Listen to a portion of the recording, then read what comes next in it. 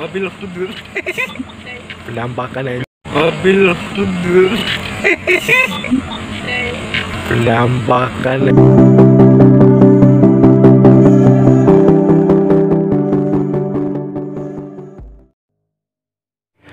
Assalamualaikum warahmatullahi wabarakatuh teman-teman semua. Salam sobat vlogger.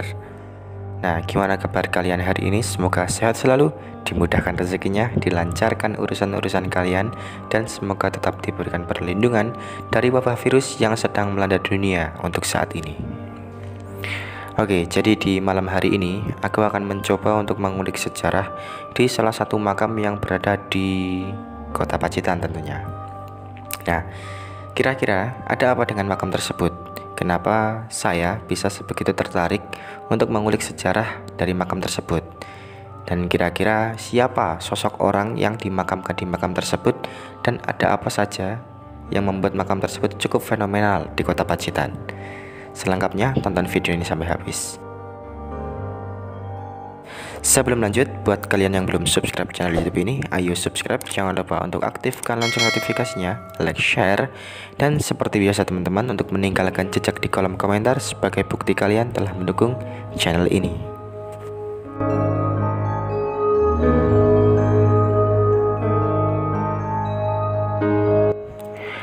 Makam ini spesial karena tampak berbeda dengan makam-makam yang lain. Bisa kita lihat dari mulai pintu masuk yang dibuat beda dengan pintu-pintu masuk yang lain. Di atas pintu masuk juga terdapat kata-kata Memento Mori yang memiliki arti ingatlah akan kematianmu. Kemudian kita lanjut masuk ke area makam.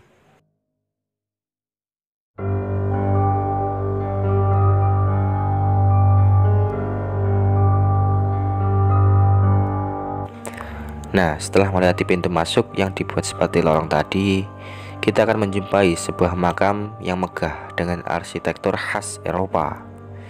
Ya, inilah makam Jamiah yang digadang-gadang merupakan bukti dari cinta yang abadi. Makam yang dibangun antara tahun 1901 sampai dengan 1904 ini sempat viral di zamannya. Bahkan para ilmuwan berlomba-lomba untuk menelitinya.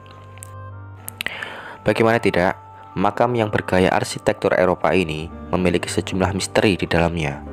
Mulai dari siapa yang dimakamkan di sini, siapa sosok Jamiah, siapa sosok yang membangun makam ini, dan apa terjemahan sandi yang berada di makam ini. Oke, semuanya akan kita coba ungkap satu persatu.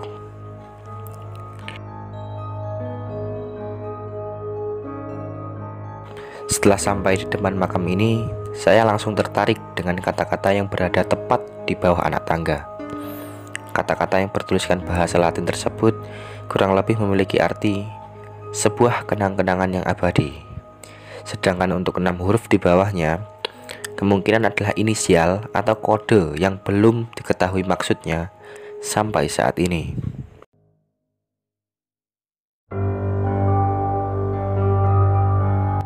Kemudian kita lanjut naik ke atas makam, dan boom, sekarang kita berada tepat di depan makam Jamiah.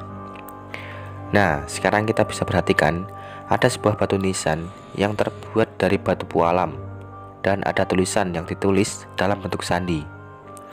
Nah, dari sinilah awal mula makam ini menjadi bahan diskusi para ilmuwan dunia.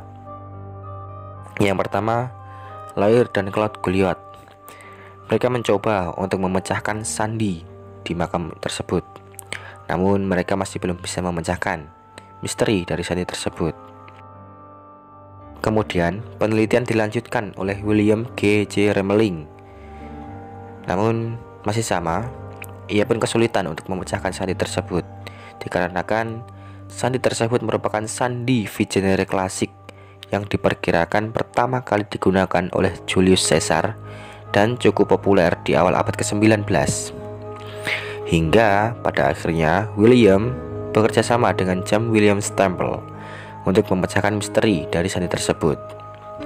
James William Stample mencoba memecahkan sandi tersebut menggunakan program komputer yang dia ciptakan guna membaca sandi Vigenère klasik tersebut. Dan alhasil, tepat pada tahun 1990, sandi tersebut resmi dipecahkan oleh dua orang ilmuwan tersebut.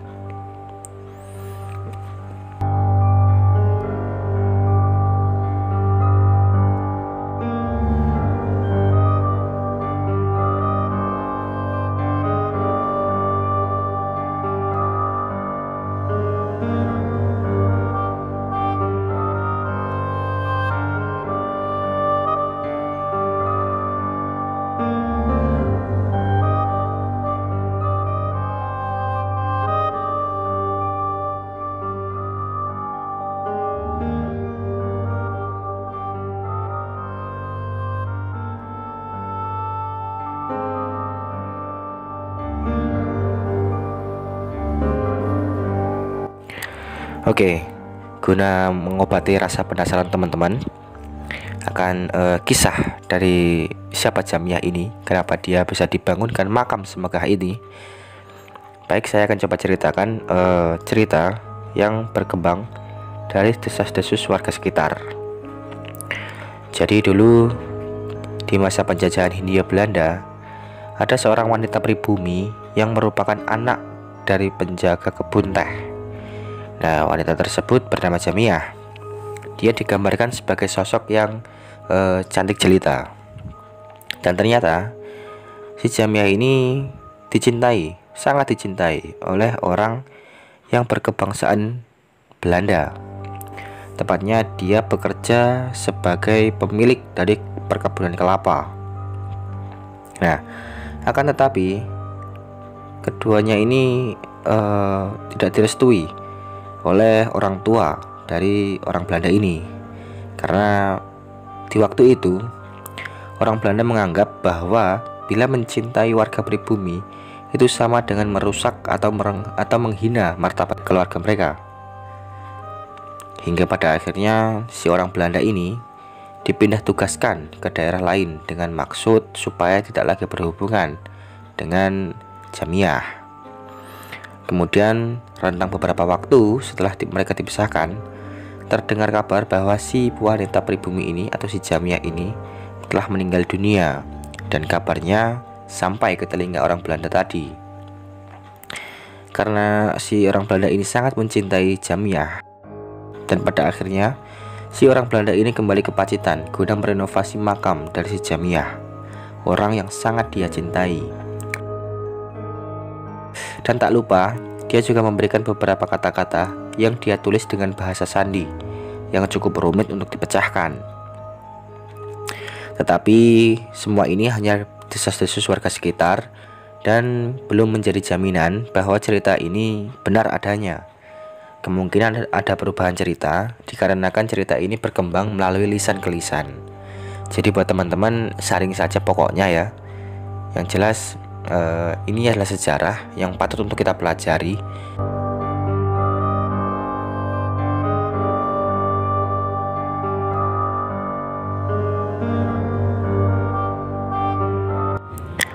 Oke teman-teman, jadi aku akan coba kasih lihat ke kalian semua ya terjemahan dari sandi V-genre klasik yang telah berhasil dipecahkan oleh dua ilmuwan tadi.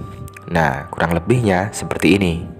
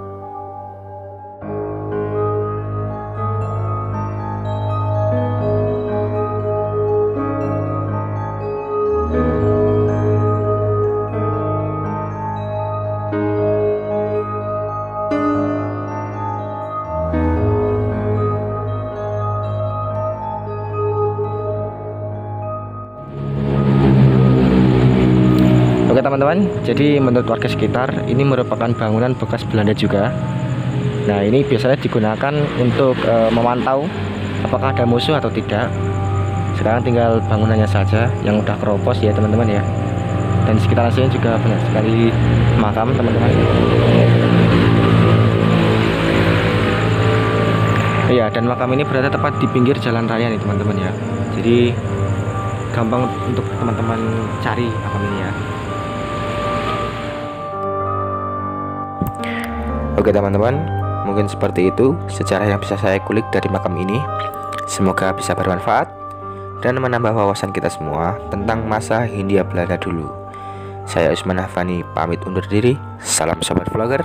Wassalamualaikum warahmatullahi wabarakatuh.